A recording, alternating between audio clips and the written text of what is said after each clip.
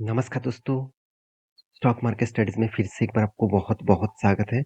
तो आज यहाँ पे मैं डिस्कस करूँगा एक ऐसे कंपनीज़ के बारे में जो देखा जाए तो रियल्टी एंड कंस्ट्रक्शन इंडस्ट्रीज़ के ऊपर काम करते हैं और इंडिया के नंबर 1 कंपनी है।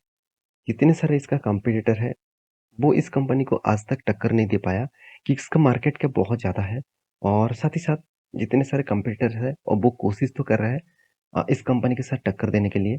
तो मैं ज़रूर कहूँगा इस कंपनी के ऊपर आप ज़रूर फ़ोकस रखेंगे कि नहीं रखेंगे, इस वीडियो के माध्यम से आपको पता चलेगा। और कंपनी ने एक बहुत बड़ा अनाउंसमेंट किया, जिस अनाउंसमेंट के चलते हुए कंपनी के हाथ में फंडिंग भी आएगा और कंपनी का जो कर्जा है, वो कर्जा भी बहुत तरीके से कम भी होगा। तो वो डिटेल्स क्या है? चलो मैं सब कुछ आपके सामने डिस्कस करूँगा। तो वीडियो को पूरा लास्ट तक देखिएगा और अभी तक आपने इस चैनल को सब्सक्राइब नहीं किया, तो ज़रूर कर लेना क्योंकि आपको daily basis stock market information update इसी चैनल के माध्यम से मिलते रहेंगे।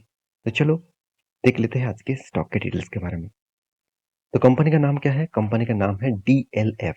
आप सभी जानते हैं डीएलएफ जो है वो देखा जाए तो रियल्टी एंड कंस्ट्रक्शन इंडस्ट्रीज में इंडिया के नंबर 1 कंपनी है। इंडिया के नंबर 1 कंपनी है। हर स्टेट में डीएलएफ का आपको बिज़नेसेस दिखेगा। डीएलएफ का आपको बिज़नेसेस हर स्टेट में आपको देखने को मिलेगा। तो मैं आज इस डीएलएफ कंपनीज़ के बारे में डिस्कशन करूँगा क्योंकि कंपनी ने एक बहुत बड़ा अपडेट दिया।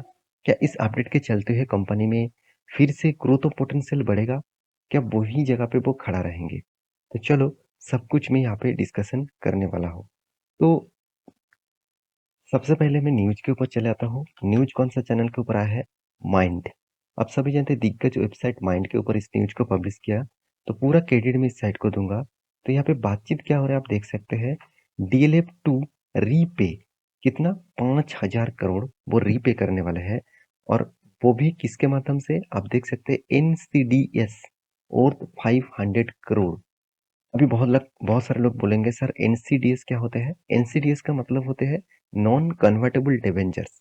तो डिबेंचर्स कंपनी इशू करते हैं, जैसे आप बॉन्ड जानते हैं उसी तरीके से डिबेंचर्स भी होते हैं।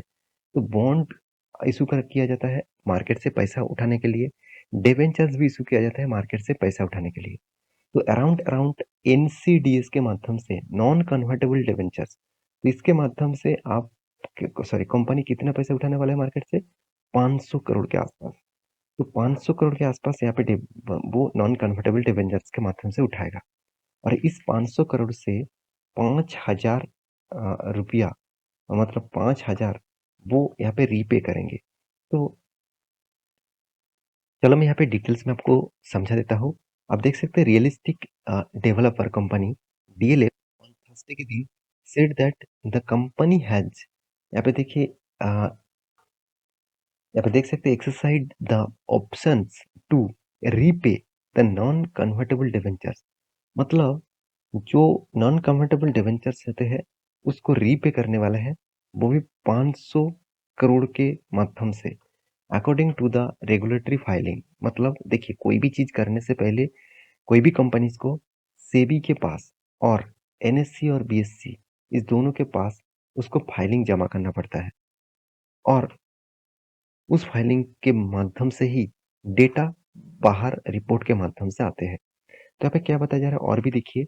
डीएलएफ हैड मतलब एलोटेड 5,000 सीनियर, यहाँ पे देखिए सिक्योर्ड रेटेड साथ ही साथ लिस्टेड इस तरीके से कुछ मतलब डिटेल्स जो है जो रिडीमेबल जो रुपीस है वो इस यहाँ पे क्या करने वाला है नॉन कन्वर्टेबल डिवेंचर्स में कन्वर्ट करने वाला है of the face value 10 lakh के आसपास। तो यहाँ पे मार्च 2021 में यहाँ पे इस तरीके से 10 लाख के जो वैल्यूएशन है जो डिवेंचर्स है वो यहाँ पे इशू किया थे, उसी के ऊपर यहाँ पे बातचीत किया जा रहा है। तो यहाँ पे कंपनी और भी एक चीज बताया है, एनसीडीएस मतलब नॉन कन्वर्टेबल डिवेंचर्स आर यहाँ पे देख सकते हैं जो मैच्योरिटी होगा और मार्च 2024 में मतलब 2026 में यहाँ पे जो एनसीडीएस है वो मैच्योरिटी होगा।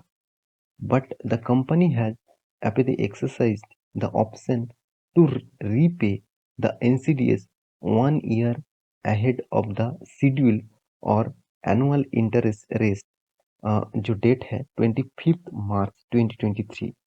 मतलब कंपनी पहले ही चाहता है उसको रीपे करने के लिए। मतलब जो एनसीडी उन्होंने 2021 में लिया था, उसका एक्चुअली खत्म होने का टाइम था, मैच्योरिटी का टाइम कब था? 2024 में। मतलब अ, 3 साल के आसपास दिया गया था। वो कंपनी क्या बता रहा है, वो पहले से ही उसको क्लियर करना चाहते हैं 2023 में। तो एक बहुत अच्छी बात है, हाथ में जब पैसा रहेंगे तो उस पैसे को पहले से देखिए, आपने कर्जा लिया, मान के चलिए आपने लोन लिया, वो लोन को आप जितना जल्द से जल्द मिटा पाएंगे, वही आपके लिए खास रहेगा, वही आपके लिए ठीक रहेगा। क्योंकि लोन अगर मिटा देंगे तो दोबारा आपको लोन मिलेगा। अगर लोन आप टाइम टू टाइम नहीं मिटाएंगे तो आपको दोबारा बैंक भी नहीं लोन देंगे, किसी के पास से आपको उधारी भी नहीं मिलेगा। मान के चलिए आपके दोस्त के पास से आप 500 रुपये उधारी लिया, वो 500 रुपये आपने बोला कि मैं 1 हफ्ते के लिए दे दूंगा, 1 हफ्ते के अंदर अंदर दे दूंगा।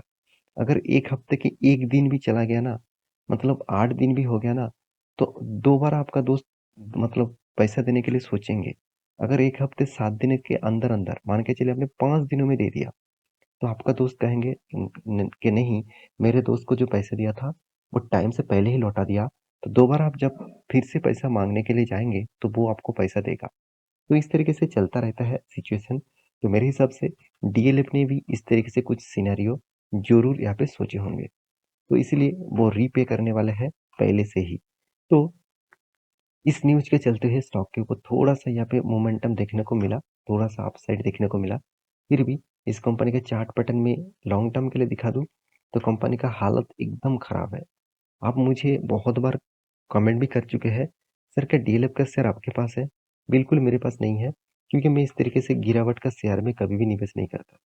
शायद वो कितना भी बड़ा कंपनी हो, शायद वो कितना भी अच्छा कंपनी हो, क्योंकि मैं उस कंपनी के ऊपर निवेश नहीं किया इसीलिए क्योंकि कंपनी में जो पोटेंशियल है, देखिए मैं आपको दिखा रहा हूँ तभी आपको और भी क्लियर हो जाएगा। आप देखेंगे प्रॉफिट एंड लॉस, जहाँ पे देखिए जिस कंपनी का सेल्स ग्रोथ कंटिन्यूअसली नेगेटिव में है, मानता हूँ कंपनी का प्रॉफिट ग्रोथ ठीक है, मगर सेल्स ग्रोथ इतना बड़ा नेगेटिव होने के कारण, रिटर्न ऑफ इक्विटी इतना बड़ा वीकनेस होने के कारण, क्या उस कंपनी के ऊपर निवेश करना सही होगा? आप मुझे जरूर कमेंट करिए। तो मैं कोई रिकमेंडेशन नहीं करूंगा इस कंपनी के ऊपर, आपने इन्वेस्ट करके रखा है तो बेच दीजिएगा, आपने निवेश नहीं किया है तो बाय कर लीजिएगा, ऐसे बिल्कुल भी नहीं। देखिए अब मैं जानता हूँ आप स्मार्ट इन्वेस्टर है, आप स्मार्टनेस के हिसाब से काम करेंगे। इन्वेस्टर के बारे में बात करूँ, देखिए प्रोमोटर कितना 74% का होल्डिंग रखा, एफआईएस और डीएस ने भी होल्डिंग उठाया, पब्लिक ने भी उठाया। इसका मतलब ये नहीं कि कंपनी रॉकेट बन जाएगा। तो आज एफआईएस और डीएस ने माल उठा के रखे, तो शायद उसको कुछ फ़ायदा दिखे, उसको कुछ मतलब कुछ टेंट दिखे, क्योंकि कोविड के टाइम में 112 रुपीज़ के आसपास चल रहा था। उसके बाद कंपनी ने हाई किया 400, तो यहाँ पे तो 3-4 गुना प्रॉफिट आपको मिल गया। तो इस तरीके से सोचकर भी इंस्टीट्यूशन निवेश कर सकता है। तो आप as a long term investor, आप मैं ज़रूर कहूँगा ट्रेडर्स के लिए ठीक है ये कंपनी। ट्रेडिंग करना चाहते हैं, swing trading, short term trading सब कुछ करना चाहते हैं, वो ठीक है। एज़ ए इन्वेस्टर के लिए 5 साल 10 साल तक आप निवेश करना चाहेंगे, उसके लिए थोड़ा-सा मुझे वीकनेस दिखा इस कंपनी में। तो बाकी आप स्विंग ट्रेडिंग करना चाहते हैं तो आप टेलीग्राम को जाकर जॉइन कर सकते हैं। हमारे टेलीग्राम में हमेशा अपडेट दिया जाता है, जहाँ से आपको अच्छा खासा बेनिफिट्स मिल सकता है। तो आशा करता हूँ सारी जानकारी आपको मिल चुका है। मेरे वीडियो कैसे लगा ज़रूर कमेंट करना। इसी तरीके से कंटिन्यूअसली वीडियो पाने के लिए चैनल को सब्सक्राइब भी करना। मिलते हैं नेक्स्ट वीडियो में, तब तक के लिए अच्छे से रहिए, अपना ख्याल रखिए। Bye bye.